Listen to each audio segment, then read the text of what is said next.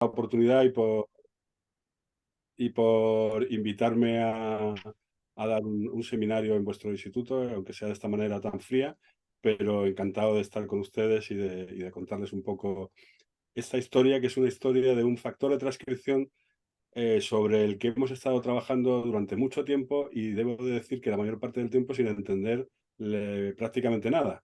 Y ahora creo ingenuamente que empezamos a entender algo. Entonces, en estos 45 minutos, 40-45 minutos, me gustaría contaros un poco la historia de este proceso desde que lo identificamos hasta el estado en el que estamos ahora. Parte de lo que os voy a contar está publicado, la mayor parte está sin publicar y en general el trabajo, como os decía, se inició hace mucho tiempo, en el año 96. El trabajo con estos genes empezó con Rosa Barrio, que estaba en esa época en el laboratorio de Fotis Cafatos, y luego nos unimos a trabajar en estos genes porque tenían muchas características interesantes en su contribución al desarrollo del disco de ala, que es el sistema modelo en el que yo trabajaba más entonces. Luego ha habido muchas contribuciones, sobre todo de tres estudiantes de doctorado que hicieron la tesis en mi laboratorio, que son los que han contribuido de manera mayoritaria al núcleo de datos de este seminario, que son María, Mercedes y Cristina, todas ayudados por Ana López Barea, que ha sido nuestra técnica durante todo el tiempo que llevo yo en el CBM.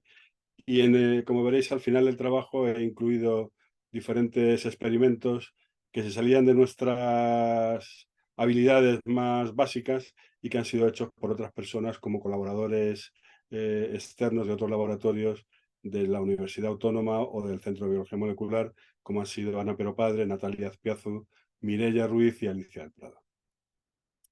Las proteínas SPAL y los genes SPAL que las codifican, que son el centro de este seminario, son proteínas muy conservadas, presentes en la mayoría de los organismos y que el principal motivo estructural que las caracteriza es la presencia de pares de dedos de zinc, que veis aquí representados como círculos de colores. Y estos pares de dedos de zinc están muy conservados entre los miembros de la proteína de esta familia génica en diferentes organismos. De hecho, están más conservados entre organismos que con los mismos dedos de su propia proteína. Es una familia que se identificó primero en Drosophila como resultado de mutaciones que afectaban a la segmentación. Y veis aquí la expresión que tiene en el blastodermo celular de Drosophila y el fenotipo que tiene la mutación SPAL. Y en Drosophila estos genes presentan la peculiaridad de que forman un complejo génico en el cual las dos regiones codificantes para las dos proteínas SPAL, que se llaman SPAL Major y SPAL Related, comparten diferentes regiones reguladoras que dirigen la expresión de estos genes en diferentes órganos, tejidos, regiones y momentos del desarrollo. Las proteínas SPAL, como os decía, están muy conservadas y de hecho en los últimos 10-15 años la mayor parte de la contribución que se ha hecho para entender la manera de operar de estas proteínas en desarrollo y en homeostasis del adulto ha venido del campo de los vertebrados.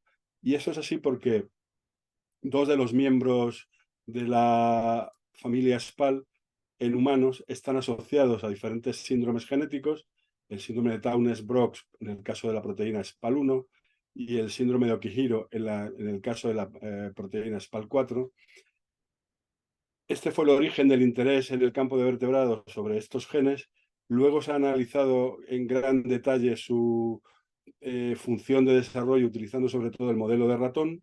Y en el caso de humanos, todavía más recientemente se ha encontrado una gran asociación entre los niveles de expresión de las proteínas SPAL y la prognosis de muchos tipos tumorales, como veis aquí representado en esta diapositiva, en la que en general existe una gran asociación entre sobreexpresión de algunos miembros de la proteína SPAL o reducción de la expresión en otros miembros de la proteína SPAL en un número muy variado de tumores.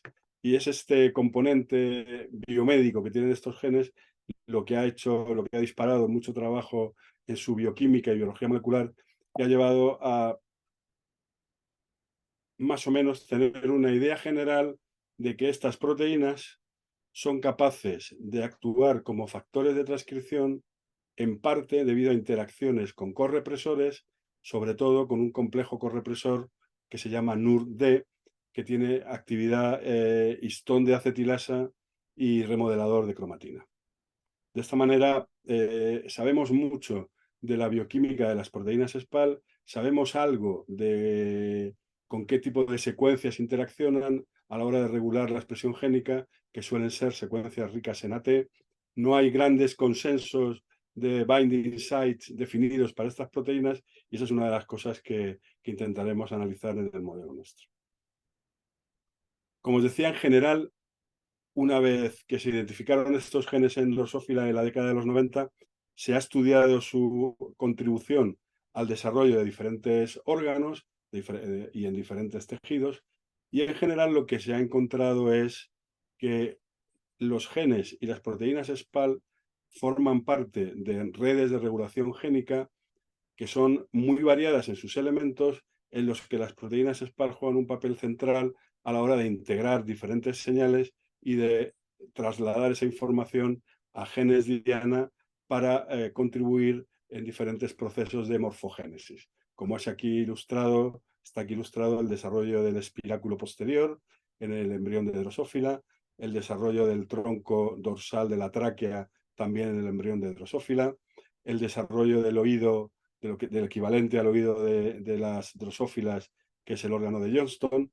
En todos estos procesos, estas proteínas juegan un papel como componentes de redes de regulación génica, de forma que el escenario teórico en el que fundamentamos nuestro trabajo fundamentalmente es que existen un gran número de señales capaces de actuar sobre las zonas reguladoras de los genes SPAL y regular su expresión.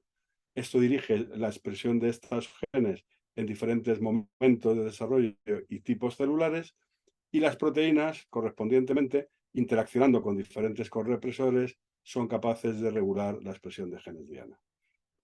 En el contexto de este modelo, nuestro objetivo ha sido identificar a través de qué secuencias las proteínas SPAL regulan la expresión génica, por un lado, identificar los genes diana de estas proteínas, sobre todo en el desarrollo de un tejido que es el disco imaginal de ala, que ahora os contaré, e intentar avanzar en entender cuáles son los correguladores que colaboran con SPAL a la hora de regular la expresión génica.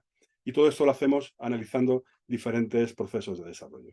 Fundamentalmente, trabajamos en el disco imaginal de ala, que es un tejido epitelial que va a dar lugar al ala de la drosófila, y recientemente hemos puesto una gran inversión de trabajo también en la glándula en anillo, en particular en lo que se llama glándula protorácica, que es un tejido glandular que su función principal es contribuir a la síntesis y secreción de la hormona ecdisona, que es la que regula las transiciones de desarrollo. La primera parte del seminario estará centrada en el desarrollo del disco de ala. Como veis, el disco de ala que da lugar al ala, la falta de función de las proteínas SPAL que se expresan en el territorio correspondiente a toda la parte central del ala, da lugar a alas muy alteradas, con un tamaño muy reducido y con grandes problemas en el posicionamiento y diferenciación de sus elementos del patrón, que son estas franjas pigmentadas que se llaman venas. Y un tipo de fenotipo parecido ocurre en ratones cuando se analiza la falta de expresión de la proteína SPAL-related 1, SPAL-like 1, en el desarrollo de la extremidad. Para centrarnos en la primera parte, en el primer objetivo, que era identificar a través de qué secuencias y utilizando qué mecanismos SPAL regula la expresión génica, nosotros nos hemos centrado en un modelo muy sencillo, que es el modelo por el cual SPAL contribuye al posicionamiento de las venas longitudinales en el disco de ala y, consecuentemente, en el ala de la mosca. En este caso, desde hace ya mucho tiempo sabíamos que SPAL tenía efectos complejos sobre la regulación de la expresión de un gen que se llama KINIRPS.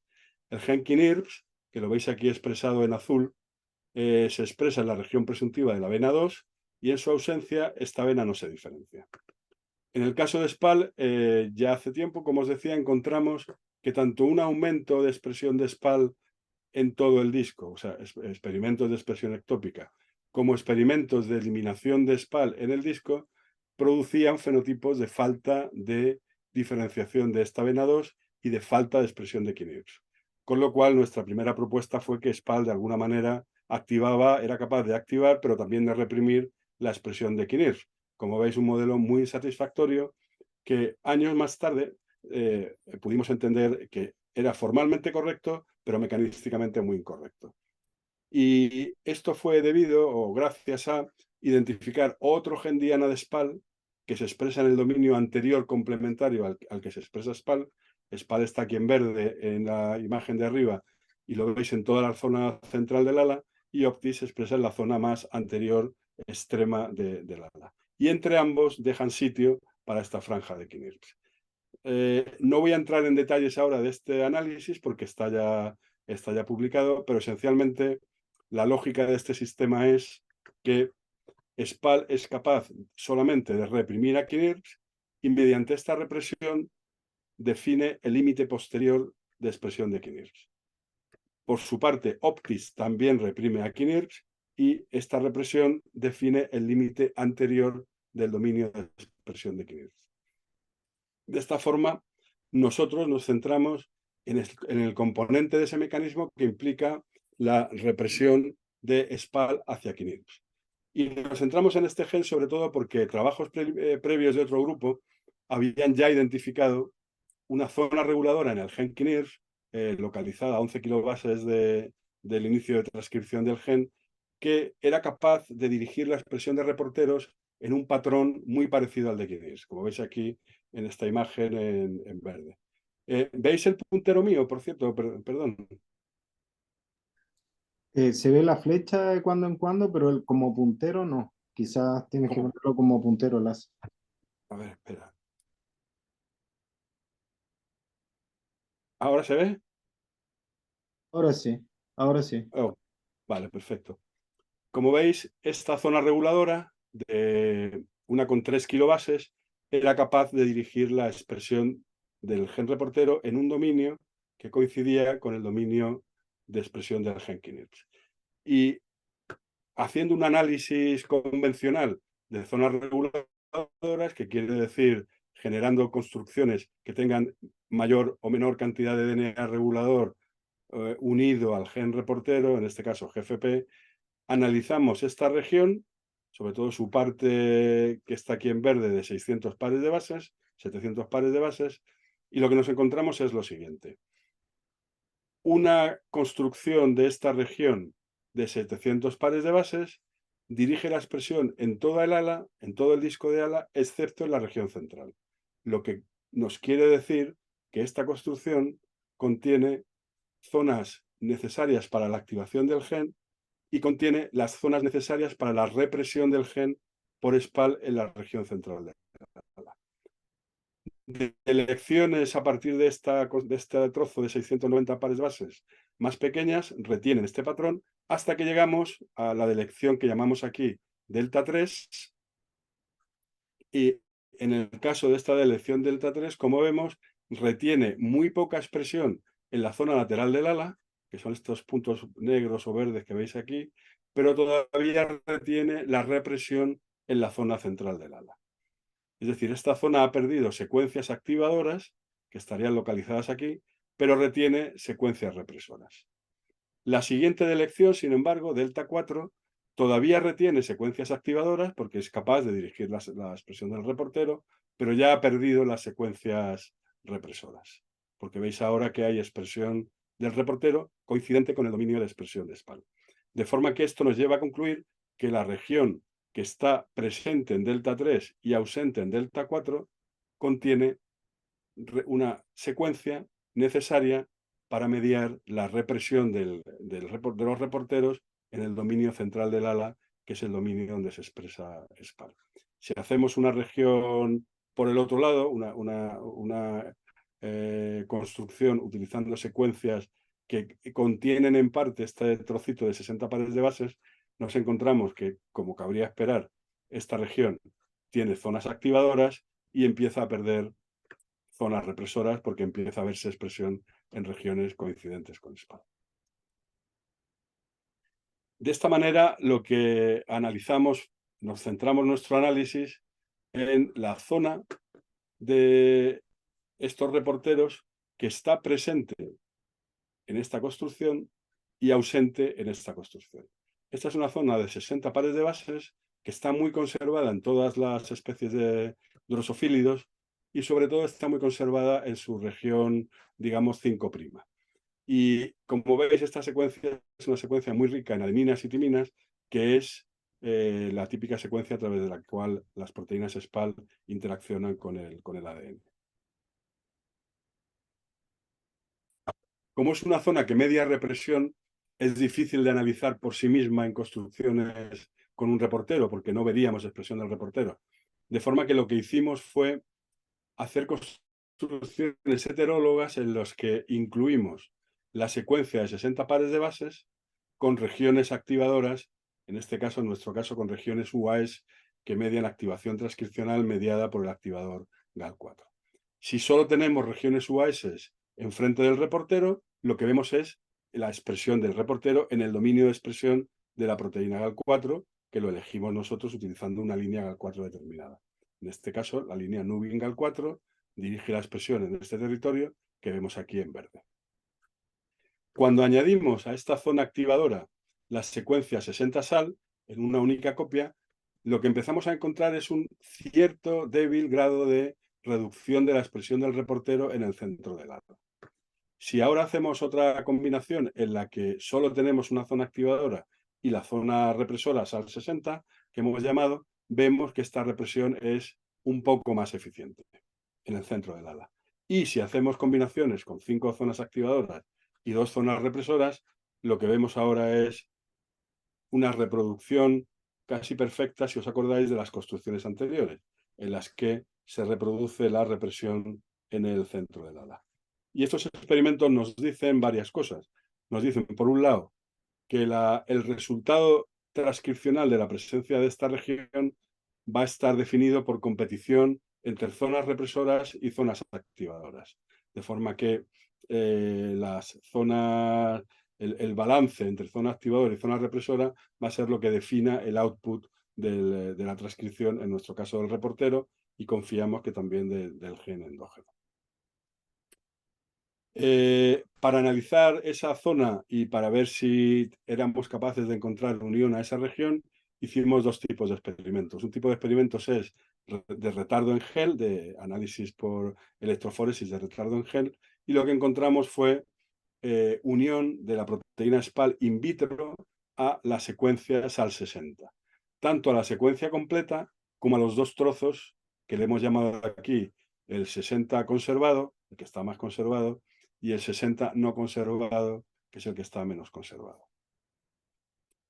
Esto nos dice que existe la posibilidad de unión in vitro de sal, de la proteína sal, expresada en bacterias, a estas secuencias marcadas radiactivamente. Por otro lado, en experimentos de ChIP-seq, donde analizamos el ADN que precipita la proteína sal cuando se expresa a niveles endógenos en el disco de ala, nos encontramos también que existe un pico de unión reproducible en las 3 réplicas de este experimento que coincide prácticamente en gran parte de su totalidad con la secuencia 60-SAL. De forma que el primer experimento de EMSA nos dice que hay unión in vitro, el segundo experimento de ChIP-seq nos dice que esta unión también puede ser in vivo. Esta secuencia SAL60 está presente, no está presente como tal en ninguna otra región del genoma, solo existe una cierta conservación de la parte que está más conservada entre los ofílidos en diferentes genes, pero estos genes no sabemos si son o no regulados por SAL. Lo que sí hemos sido capaces de encontrar es que el dominio central de esta secuencia SAL60 está presente en diferentes versiones en otras colección de genes que veis aquí representados, que tienen como característica común el hecho de que su transcripción se activa cuando se eliminan los genes SAL en el centro del ADA. si a la izquierda de estas, en cada par de imágenes de hibridación in situ tenéis la expresión normal del gen, a la derecha tenéis la expresión del gen en una condición de falta de función SPAL.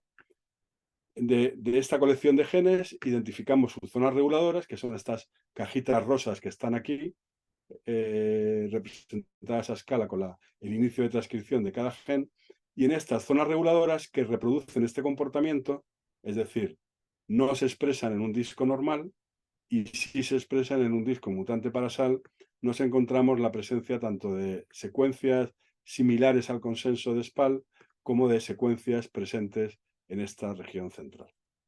De forma que creemos que esta región central, que tiene gran parte de la zona más conservada y algo de la zona no conservada, es crítica para la función de la región de 60, y eso lo pudimos demostrar en experimentos in vivo, realizando construcciones en las que hacemos diferentes mutaciones de 6 pares de bases en las cajas, en 3 cajas centrales. En todas estas mutaciones lo que veis es el caso de la mutación 1, de la mutación 1, perdón, de la mutación 2 y de la mutación 3, lo que veis es que la introducción de estos cambios produce la pérdida de represión por la proteína SPAL. La conclusión de toda esta primera parte de datos que os he contado, esencialmente la propuesta que hacemos es que la proteína SPAL podría unirse a esta región de 60 pares de bases, sobre todo a través de la región más conservada, y actuar como un represor transcripcional. ¿Cómo actuaría como represor transcripcional? Pues hay diferentes posibilidades. Una es compitiendo con activadores.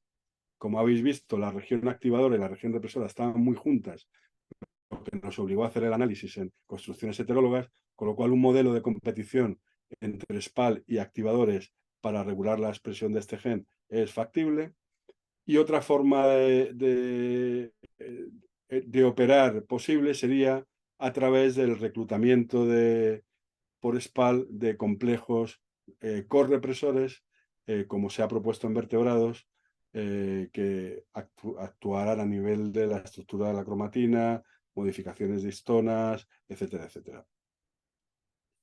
En nuestro caso hicimos un ensayo con la lógica siguiente, que es, si quitando SPAL desreprimimos el gen reportero, quitando un correpresor, también deberíamos de ser capaces de desreprimir este gen reportero. Es decir, si SPAL y un correpresor forman un complejo y ambos son necesarios para la represión, eliminando cualquiera de estos dos componentes, deberíamos observar expresión ectópica de genes reporteros. Sin embargo, testando una gran cantidad de genes candidatos de genes que codifican represores transcripcionales, tanto los miembros del complejo NURD como otros genes que funcionan como correpresores, en ningún caso encontramos que la falta del gen que analizamos fuera capaz de activar la expresión del reportero.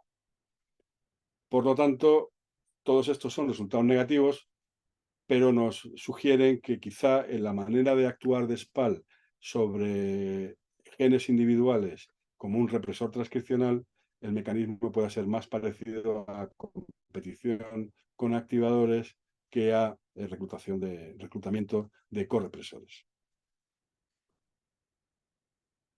Todo esto que os he contado hasta ahora nos viene a proponer un escenario en el que la proteína SPAL funciona como un factor de transcripción específico de secuencia canónico. Se une a su sitio y regula la expresión génica, en este caso por represión.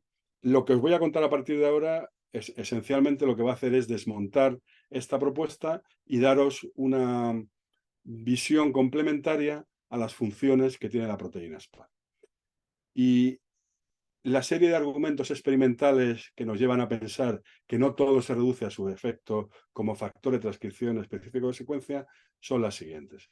En primer lugar, como os contaba antes, por experimentos de inmunoprecipitación de cromatina utilizando anticuerpos contra SPAL, encontramos que SPAL se une a la región de KNIRPS. Pero lo que no se había dicho es que sobre todo se une a regiones de heterocromatina. Es decir, el 84% de la unión de SPAL que detectamos en este tipo de experimentos se encuentra presente en regiones de heterocromatina pericentromérica, con un consenso que es distinto a la unión en regiones no de heterocromatina pericentromérica. De hecho, su unión a heterocromatina es incluso más llamativa que la de genes tan propios de heterocromatina como HP1 o la marca de la histona 3 trimetilada en la lisina 9. Eso por un lado. O sea, SPAL in vivo tiene una gran preferencia, en drosófila también, por unirse a heterocromatina pericentromérica. En segundo lugar, en experimentos de ATAC-seq, en los cuales estamos evaluando la accesibilidad del ADN y comparándola en condiciones normales con condiciones mutantes para SPAL. Y esto lo hacemos también a partir de discos imaginales, este experimento de ATAC-seq. Lo que nos encontramos es que en las condiciones de falta de función de SPAL hay un montón de cambios en accesibilidad del ADN. Tanto cambios en los que se aumenta la accesibilidad como cambios en los que se disminuye la accesibilidad. Y esto es así incluso a un false discovery rate extremadamente bajo. Con lo cual, asumimos que SPAL, por un lado, se une a heterocromatina pericentromérica preferencialmente y por otro lado es capaz de causar una grandes modificaciones en el estado de accesibilidad del ADN. Eso es un tipo de dato que nos aleja un poco del escenario factor de transcripción específico de secuencia. Por otro lado, en el ALA, lo que os he contado es la relación entre SPAL y KNIRPS, pero en el ALA SPAL tiene muchas otras funciones, que esencialmente resumo aquí como una función en división celular, porque en falta de SPAL observamos una parada en el ciclo en G2 y la acumulación, perdón, una parada del ciclo en G2 y por tanto una acumulación de células en G2 y una falta de células mitóticas. Observamos también problemas de viabilidad celular, que veis aquí en el territorio mutante para SPAL, marcado en verde, se detecta muerte celular que no ocurre en discos imaginales normales.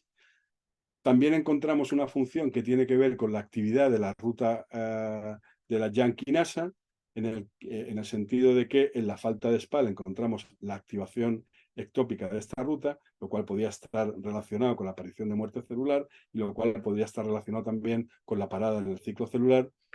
Y estos tres fenotipos esencialmente nos cuesta mucho de explicarlos o dar cuenta de ellos en términos de la regulación de genes diana particulares.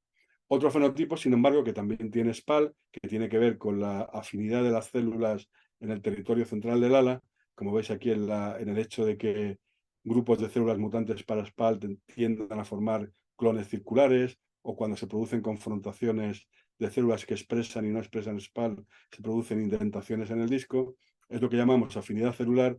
Este fenotipo sí creo que podemos explicarlo en términos de la regulación por represión también de diferentes proteínas de adhesión. Pero esto sí es más complicado. Por otro lado, en los análisis que hicimos de expresión génica en mutantes SPAL, en discos mutantes SPAL, comparándolo con discos silvestres, nos encontramos muchísimos cambios de expresión génica en muchísimos genes, tanto en la dirección de perder la expresión génica, como son todos los ejemplos que veis aquí. A la izquierda veis la expresión normal del gen que está aquí marcado y a la derecha la expresión que tiene en discos imaginales mutantes para SPAL. Y como veis, todos estos son genes cuya transcripción se reduce en condiciones de falta de función para SPAL. Pero sobre todo nos encontramos otra clase de genes que tienen el comportamiento opuesto, como los que os había contado antes. Genes que en condiciones de falta de SPAL se expresan de manera ectópica. Y muchos de estos genes ni siquiera se expresan en un disco imaginal normal. Y esto nos plantea un escenario en el que SPAL empieza a tener demasiados genes diana, haciendo cosas que no sabemos qué son, porque se refiere a genes que normalmente ni siquiera se expresan en el disco normal. Una pista sobre lo que esto podía significar vino dada por el hecho de que muchos de estos genes tienen que ver con genes que codifican proteínas implicadas en la reparación del ADN. Aquí tenéis diferentes ejemplos de genes implicados en reparación del ADN que tienen en común el hecho de que se sobreexpresen en mutantes de falta de función SPAL en la región central del ala. No solo eso, sino que si comparamos el perfil de expresión genómica entre discos SPAL y condiciones de inducción de daño al DNA en el disco mediante irradiación, nos encontramos que gran parte de los genes que nosotros hemos identificado como desreprimidos en el mutante SPAL habían sido también anotados como genes que se expresan de manera incrementada después de la irradiación de los discos. Es decir, son genes cuya expresión se activa cuando se induce daño al DNA. Y esta expresión es dependiente de P53. Es decir, la inducción de daño en el DNA por irradiación, entre otras cosas, causa la activación de P53, que desencadena un programa transcripcional encaminado o a la reparación del daño, parada del ciclo o entrada en apoptosis, y muchos de estos genes son genes de respuesta a P53. Se inducen cuando se irradia el disco, pero no se inducen si se irradia un disco mutante P53. Y estos mismos genes son los que se inducen cuando se pierde la expresión de SPAL, lo que nos sugiere una conexión entre SPAL y daño al DNA. De hecho, en el caso de P53, esta conexión puede ser todavía más directa, porque es uno de los muy pocos genes eucromáticos que tiene múltiples sitios de unión de SPAL, que están aquí puestas en rojo, lo que sugeriría que SPAL podría actuar como un represor de P53, y es un gen que sus niveles de expresión aumentan cuando cuando reducimos la expresión de los genes SPAL, como veis aquí en esta tinción con anticuerpos anti-P53. De forma que SPAL podría regular a P53 de dos maneras, por represión directa o indirectamente a través de la generación de daño al DNA. Daño al DNA que por ahora solamente hemos visto en términos de expresión génica, ya que se parece a la expresión génica que ocurre en condiciones de daño al DNA.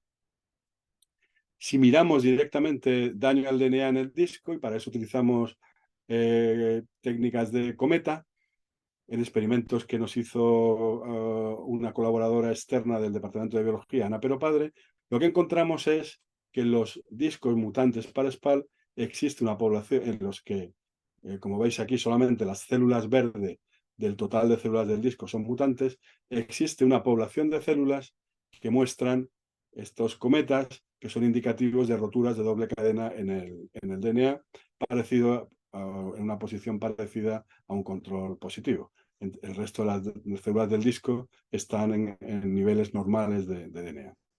También en experimentos en embriones mutantes para SPAL que hizo Natalia Azpiazu, colaboradora nuestra también, encontramos que ya incluso en las primeras divisiones del blastodermo, en los embriones mutantes para SPAL, muchas de las células, después de la mitosis, son incapaces de separar su DNA completamente y forman esto que se llaman puentes teloméricos, que son indicativos de la existencia de daños en los telómeros y de defectos en la segregación de los cromosomas durante la mitosis. Y también encontramos alteraciones dramáticas en la acumulación de diferentes histonas, comparando embriones normales, que son estas tres fotos de aquí arriba, con embriones mutantes. En este caso, histona 3 o la marca en la histona 4 de la lisina 12 acetilada. Todo esto nos viene a decir unión a heterocromatina preferente, cambios en conformación del DNA, generación de daños en el DNA, nos viene a sugerir que los mutantes SPAL, una parte central de su, digamos, síndrome fenotípico está basada en alteraciones en la compactación o funcionalidad de la heterocromatina. Y eso puede llevar a la generación, cuando eso no funciona bien, nos desencadenaría toda esta respuesta con muchos elementos comunes con una respuesta de daño al DNA. Para ver la funcionalidad de la heterocromatina en mutantes SPAL, en Natalia lo que hizo fue dos tipos de experimentos. Por un lado, mirar la expresión de retrotransposones, ya que una de las funciones claves de la heterocromatina es silenciar la transcripción de elementos móviles. En este caso miramos tres diferentes retrotransposones y como veis en individuos heterocigóticos para SPAL ya existe una considerable desrepresión de la transcripción de estos retrotransposones. También miramos inserciones con el gen white en los telómeros del cromosoma 2R y 3R.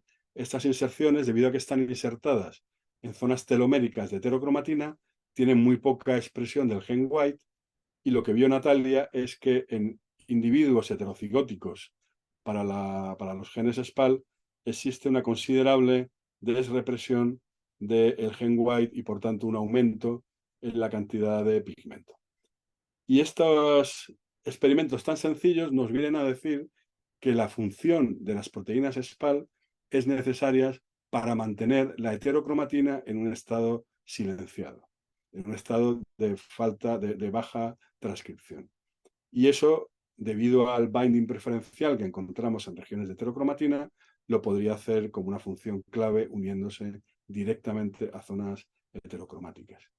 Si la heterocromatina se transcribe de manera anormal en mutantes SPAL, lo que se pueden generar son lo que se llaman colisiones, transcripción, replicación, que desencadenan al final mecanismos de reparación del DNA que también encontramos en los mutantes SPAL. Por tanto, el escenario más general a través de este tipo de análisis que empezamos a encontrarnos es: por un lado, SPAL es capaz, definitivamente, de actuar como factores de transcripción específico de secuencia, pero por otro lado, SPAL tiene una función prominente en la compactación y en el silenciamiento de la heterocromatina. Creemos que cuando esto falla, se genera por mecanismos que no entendemos del todo, pero que podrían implicar colisiones, transcripción-replicación, daño al DNA, que lleva como consecuencia la activación de P53, que a su vez podría estar también reprimido directamente por SPAL, y una vez tenemos P53 ya se desata un poco el caos en los programas de expresión génica y la activación de la vía JNK, que está ligada a la expresión de P53 en los discos imaginales.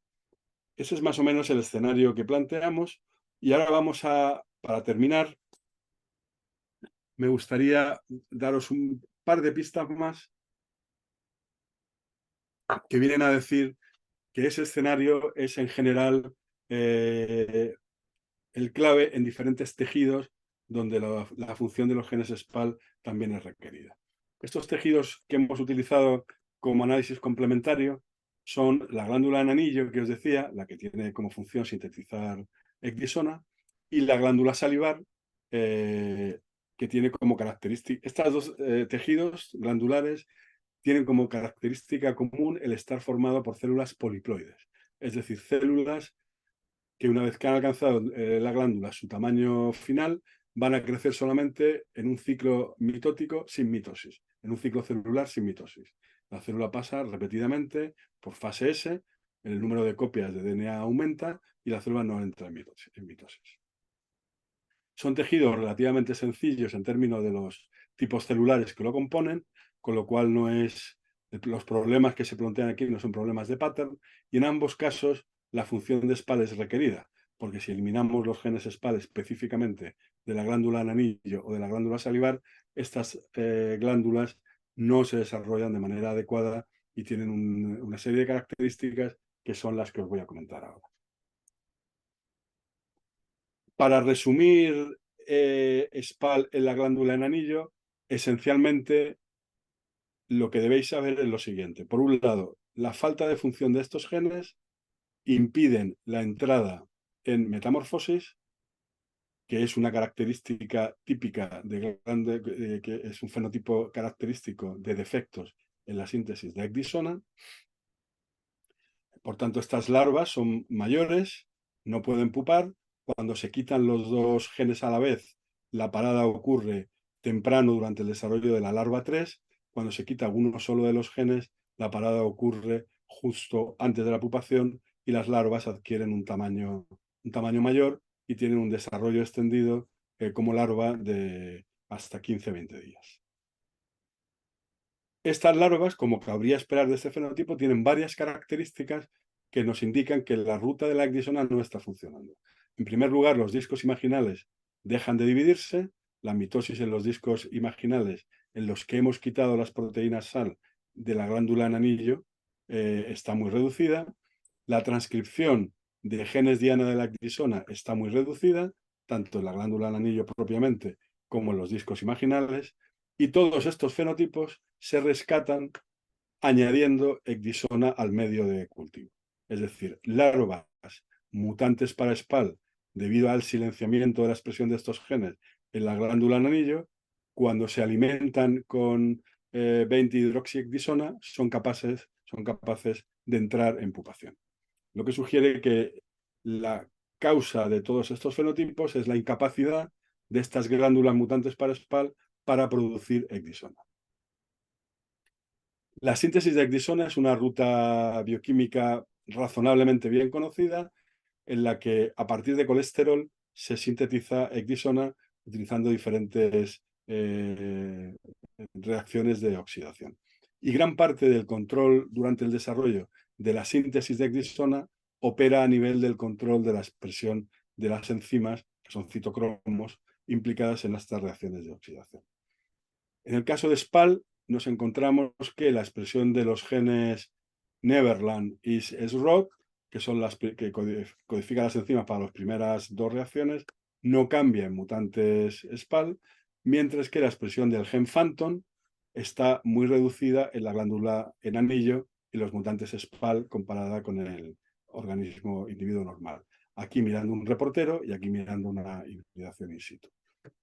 Por otra parte, si a los mutantes SPAL les añadimos genéticamente la síntesis de Phantom, se produce un cierto rescate del fenotipo, como veis con estos triángulos morados de aquí, comparado con solo la falta de SPAL, y además estos individuos, parte de ellos, son capaces de eclosionar como adultos viables y fértiles. Es decir, parte del fenotipo de SPAL se debe a la regulación de la expresión del gen Phantom. Como os había dicho, SPAL es un represor transcripcional, con lo cual dudamos mucho de que Phantom sea un gen diana directo de SPAL. Así que, ¿cómo puede ocurrir la activación transcripcional de Phantom dependiente de SPAL? Bien, para esto, el dato clave fue ver los efectos que tenía SPAL sobre la vía de señalización de la ruta de las MAP quinasas. Y lo que encontramos aquí muy resumido es que, por un lado, en los mutantes SPAL se produce una pérdida de fosforilación de la proteína MAP quinasa, comparándolo con individuos normales, y que los mutantes SPAL, a su vez, tienen una dificultad en la internalización de la proteína ERK del citoplasma al núcleo.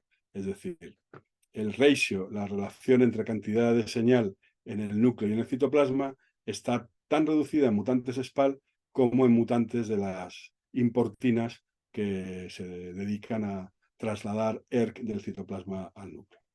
De forma que la manera que tenemos de entender la regulación de SPAL sobre la actividad de la glándula del anillo es la siguiente. SPAL, de una manera que todavía no sabemos, ahora os diré algún dato que van en esa dirección, reduce la fosforilación de la proteína ERK o el importe de la proteína ERK al núcleo y, por tanto, la actividad de la proteína ERK. Una reducción de la actividad de ERK debido a los feedbacks en lo que está implicada conduciría a una mayor reducción en su fosforilación y una reducción en la actividad, fosforilación, etcétera, a través de este feedback, conduciría a una pérdida en la capacidad de síntesis de ecdisona. ERK sí es un activador directo de Phantom, Phantom estaría aquí y la manera de regular SPAL a Phantom sería a través de sus efectos sobre ERK. En la glándula salivar, que normalmente no requiere ERK, si hacemos experimentos de expresión ectópica de una versión tagueada de la proteína ERK, nos encontramos que cuando lo hacemos en glándulas normales, la mayoría de la localización de ERK es nuclear en este tejido. Pero cuando lo hacemos en glándulas mutantes para los genes SPAL, veis que gran parte de la localización nuclear se pierde comparado con el bicho normal. De forma que este problema de defectos de internalizar ERK en mutantes SPAL ocurre no solo en la glándula del anillo, sino también en la glándula salivar. Además, tanto en la glándula en anillo, como os muestro aquí, como en la glándula salivar, nos encontramos una serie de fenotipos que son muy llamativos, que son, por ejemplo, A la izquierda tenéis los bichos silvestres, a la derecha los bichos SPAL mutantes. Hay dos fenotipos muy llamativos comparando las imágenes del silvestre con las imágenes del SPAL mutante. Una es la disposición en la periferia del DNA dentro del núcleo, que ocurre en el SPAL mutante y que no ocurre en el silvestre. Y otra es el aumento del tamaño del nucleolo, que ocurre en el mutante SPAL silvestre y que no ocurre lógicamente, en el silvestre. Por otro lado, si miramos estas glándulas en microscopía electrónica, lo que nos encontramos es el cambio en el tamaño del nucleolo, como veis aquí, pero además nos encontramos una cosa muy peculiar, que es que la membrana nuclear, en vez de tener esta forma lisa que tienen en los núcleos de células silvestres, tiene esta forma llena de indentaciones que implica que está fallando de alguna manera los mecanismos que confieren rigidez a esta membrana nuclear. Este tipo de fenotipos, de cambios en la localización del ADN dentro del núcleo y de cambios en la membrana nuclear, se observan también en proteínas implicadas en el transporte núcleo-citoplasma, como son importinas y exportinas, que además de estar implicadas en el transporte núcleo-citoplasma, están también implicadas en el ensamblaje de la lámina. Y se observan también cuando interferimos con la actividad, con la función de la proteína lamin, expresando una forma dominante negativa. Y en todos estos casos tenemos el mismo fenotipo que habíamos visto con SPAL, la pérdida de capacidad de transitar de larva a adulto. Y esta conexión entre membrana nuclear, disposición de DNA dentro del núcleo y tamaño del nucleolo, que también observamos en la glándula en anillo, es quizá lo que nos dé la clave de las funciones de SPAL relacionadas con la heterocromatina, si tenemos en cuenta que la heterocromatina, en su manera de estar ensamblada dentro del núcleo, necesita interacciones con la lámina que rodea a la envuelta nuclear y que también está localizada en la envuelta del nucleolo. ¿Me seguís? ¿Que estoy oyendo ruidos raros? Estamos aquí, estamos aquí. Yo no. Ok, estoy acabando ya. De forma que el tipo de alteraciones que vemos en este tipo de células, que son más apropiadas para analizar a nivel subcelular por el tamaño que tienen, son alteraciones que se han definido en otros contextos como funciones no genéticas del ADN, que tienen que ver con conferir rigidez a la envuelta nuclear, con promover la funcionalidad y el reensamblaje del poro nuclear después de las mitosis y con controlar y regular el tamaño de los nucleolos. Debido a que están afectadas en SPAL, creemos que son un reflejo de la necesidad, del requerimiento de SPAL para organizar, estructurar o atraer la heterocromatina a sus sitios de anclaje dentro del núcleo y, por tanto, creemos que el modelo esencial que recoge todas las funciones de SPAL sería un modelo dual en el que, por un lado, lo que veis aquí como rayajos en rojo, SPAL funcionaría sobre ciertos genes como un factor de transcripción específico de secuencia, y por otro lado, lo que veis aquí en negro, SPAL funcionaría también uniéndose al DNA sobre la estructura de los cromosomas y de la cromatina a la hora de promover la compactación de la heterocromatina y su asociación con la envuelta nuclear, con la membrana nuclear y con la envuelta del núcleo. Y yo creo que lo dejo aquí, con este modelo general, que nos ha llevado de un factor de transcripción específico de secuencia a una proteína con un componente estructural en la topología, organización de la topología del DNA en el núcleo, que creemos y que queremos estudiar hasta qué punto es particular de SPAL y sus genes ortólogos o es general de otros factores de transcripción. Y con eso acabo reiterando las gracias a Álvaro por la invitación y a todos vosotros los que estéis ahí, desconocidos para mí, por vuestra atención. Muchas gracias. Muchas gracias, José. Gracias por el tiempo que nos diste este día de feriado en España, además. Encantado. Así que muy, muy interesante la historia y quisiera dar la palabra a quien pudiera tener alguna pregunta. Ustedes levantan la mano o directamente abren el micrófono y hacen sus preguntas. Encantado.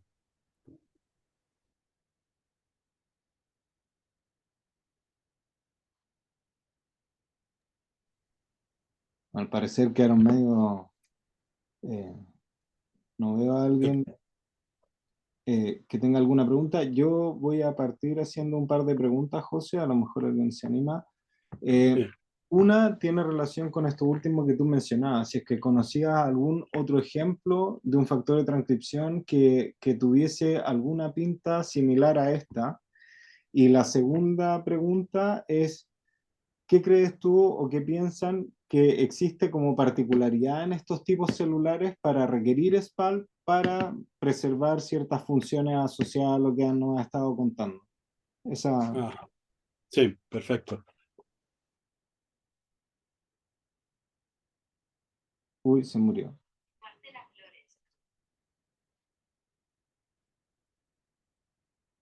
Soy de Hola. heterocromatina en embriones tempranos.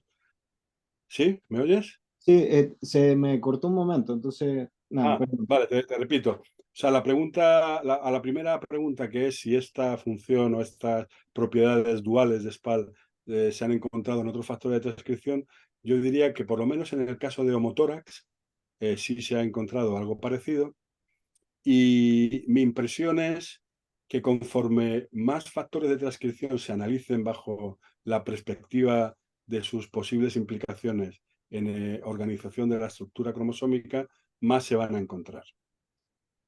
De hecho, en la glándula en anillo, por ejemplo, que se ha realizado una búsqueda genética de cuáles son todos los genes necesarios para la producción de exisona, más o menos se han encontrado unos 150 factores de transcripción implicados en el funcionamiento de la glándula en anillo, del total de 700 que tiene Drosophila. Y ese número te viene a decir que no están actuando como reguladores específicos de secuencia, sino actuando sobre la conformación del DNA de estas células, que es el elemento necesario para que funcione el núcleo, la membrana nuclear, los poros nucleares, etc. O sea, mi impresión es se han encontrado pocos porque no se han buscado y se irán apareciendo más y más. Hay familias de thin fingers del tipo como SPAL C2H2 que están muy amplificadas en ciertos linajes, tanto de tetrápodos como de insectos, que muy probablemente vayan a caer en este tipo de funciones de unión y compactación y estructuración topológica de cromatina, y eso ya verás, me irá llegando poco a poco. Con respecto a estas dos células en particular, lo que tienen en común es el hecho de ser poliploides. Ser poliploides implica que tienes que hacer un montón de rondas de síntesis de DNA sin separar las hebras de DNA que se mantienen juntas. Implica que tienes que compactar un montón de DNA en una estructura pequeña como sigue siendo el núcleo de estas células, a pesar de que sea mucho más grande que la de el núcleo de una célula diploide. Y implica que regular la expresión génica ahí seguramente requiera imponga una serie de requisitos a la hora de cómo organizas ese DNA dentro del núcleo de esta célula interfásica con esa grandísima cantidad de DNA. Esa es la característica principal que las hace que particularmente sean muy sensibles a este tipo de alteraciones en la estructura de DNA. Pero José, disculpa, en los datos que mostraste de unión a heterocromatina y de activación de retrotramposones o tramposones eran datos Sí, de los discos imaginales, ¿no? exactamente. El dato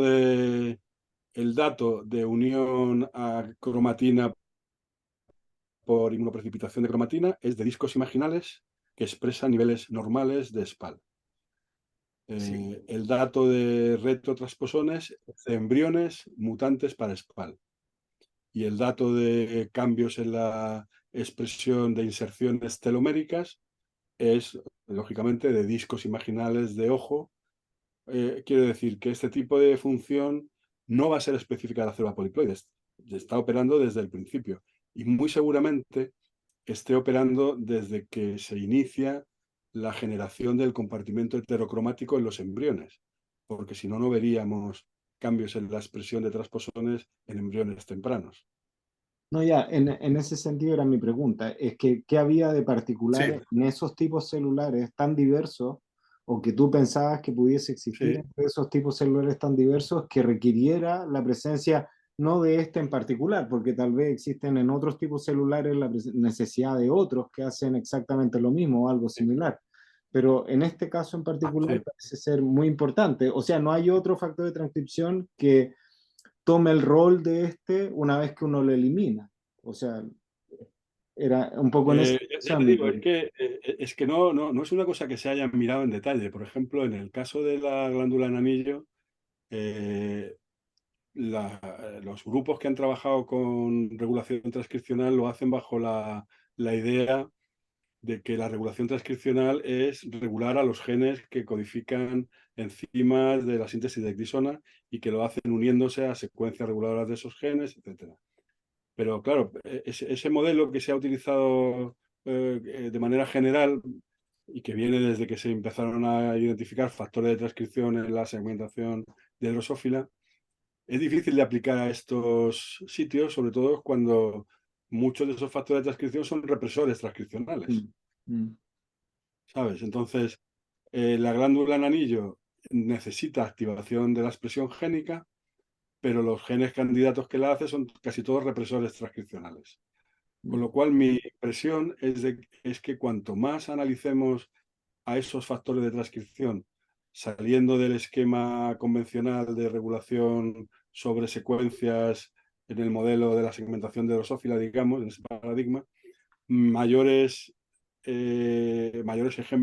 más y mejores ejemplos encontraremos de cambio en el tamaño del nucleolo, la estructura de la lámina nuclear, la compactación de la heterocromatina, etcétera, etcétera. Gracias, José. Eh, doy la palabra si alguien tuviese alguna consulta.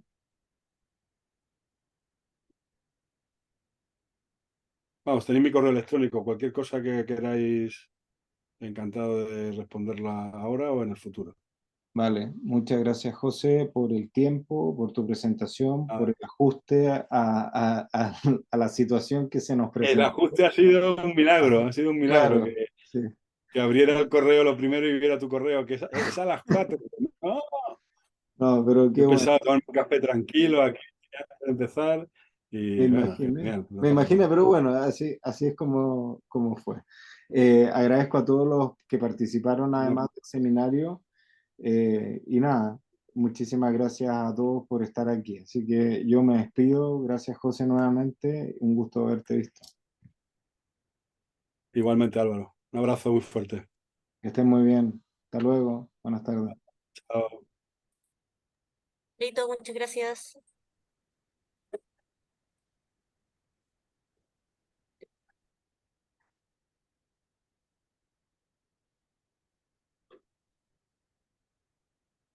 Chao José.